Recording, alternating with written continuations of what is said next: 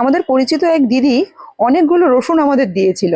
সেই সুবাদে বাড়িতে বেশ কিছু রসুন জমেছিল। রসুনগুলো যদি এইভাবে ফেলে রেখে দিই তাহলে বেশ কিছুদিন পর গিয়ে কিছু রসুন কিন্তু নষ্ট হয়ে যেত। তাই ভাবলাম এমন একটা উপায় বের করতে হবে যাতে রসুনটা অনেক দিন ধরে ব্যবহার করতে পারি। তাই ভাবলাম রসুনের পাউডার বানিয়ে রাখি। রসুন পাউডার কিন্তু অনেক মশলার ক্ষেত্রেও আমরা ব্যবহার করে থাকি। আবার গার্লিক ব্রেড, গার্লিক চিকেন এই ধরনের রেসিপির ক্ষেত্রেও কিন্তু এই রসুন পাউডার অত্যন্ত জনপ্রিয়। রসুন পাউডার বানানোর জন্য প্রথমেই আমি এখানে রসুনগুলোকে ভালো করে একটু ধুয়ে নিয়েছি। এরপর রসুনগুলোকে একটা ঝাঁকার মধ্যে তুলে নেব যাতে জলটা ঝরে যায়। এবার ঝাঁকার মধ্যে তুলে নিয়ে জলটাকে ভালো করে ঝরিয়ে দিয়ে দিয়েছি একটা কুলোর মধ্যে বিছিয়ে, যাতে মোটামুটি দিন দুয়েক রোদ খেয়ে পুরোপুরি শুকনো হয়ে যায়। পুরো কুলোর মধ্যে রেখে আমি দিন দুয়েক মতো রোদ দিয়েছিলাম। তারপরে এইরকম পুরো শুকনো খড়খড়ে হয়ে গেছে। এইবার এই রসুনটাকে নিয়ে চলে যাব একটা মিক্সিং জারের মধ্যে। মিক্সিং জারের মধ্যে রসুনগুলোকে দিয়ে একটু ভালো করে পেস্ট করে নিয়েছিলাম। পেস্ট করার সময় কিন্তু সবগুলো রসুন একেবারে গুঁড়িয়ে যায়নি।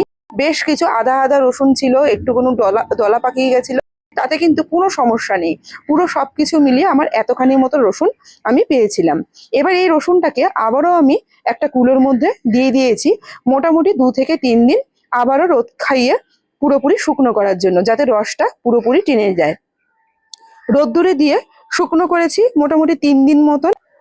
এখন যে ছবিটা দেখতে পাচ্ছেন এবার কিন্তু এটা 3 দিন পরের। 3 দিন পর কিন্তু রসুনগুলো বেশ খানিকটা শুকনো হয়ে এসছে, কিন্তু এটা এখনো পুরোপুরি কিন্তু শুকিয়ে আসেনি, এর মধ্যে এখনো রস আছে। আমি এই রসুনগুলোকে আবারও একটা মিক্সিং জারের মধ্যে নিয়ে ভালো করে ব্লেন্ড করে মোটামুটি আবারও দিন দুয়েকের মতো এটাকে শুকাতে দিয়েছিলাম। দ্বিতীয়বার ব্লেন্ড করে 3 দিন শুকানোর পর এখন কিন্তু রসুনের গুঁড়োটা একেবারেই শুকনো। এইবার একটা মিক্সিং জারের মধ্যে নিয়ে আবার একটুখানি গুঁড়িয়ে নিলে কিন্তু রসুন পাউডার আমি পেয়ে যাব। আর সব মিলিয়ে মোটামুটি রসুন এখানে কিন্তু আমি প্রায় সপ্তাহখানিক ধরে শুকিয়েছি, একদম প্রথম থেকে নিয়ে শুরু করে আপ টু এই পর্যন্ত। এইবার সমস্ত রসুনের পাউডারটাকে একটা মিক্সিং জারের মধ্যে নিয়ে নেব, নিয়ে একটু ভালো করে ব্লেন্ড করে নিলেই কিন্তু রসুন পাউডার আমি এখানে পেয়ে যাব। ব্লেন্ড করে নেওয়ার পর এখানে রসুন পাউডারটা প্রায় 90% রেডি হয়ে গেছে। আর একটু একটা চালনি নিয়ে এইটাকে একটুখানি চেলে নিলে কিন্তু এর মধ্যে থেকেও যদি কোনো মোটা দানাদার কিছু থেকে থাকে সেটা আলাদা হয়ে গিয়ে একদম মিহি যে পাউডারটা সেটা কিন্তু পাওয়া যাবে। এখানে যে একদম মিহি পাউডারটা সেটা আমি পেয়ে গেছি। আমার রসুন পাউডার কিন্তু একদম রেডি। এবার এটাকে যে কোনো কন্টেনারে, শুকনো কন্টেনারে ভরে কিন্তু মোটামুটি 3 মাস থেকে 6 মাস পর্যন্ত ব্যবহার করলেও কিচ্ছু হবে না।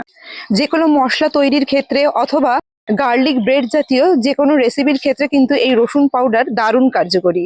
ভিডিওটা ভালো লেগে থাকলে একটা লাইক অবশ্যই করবেন।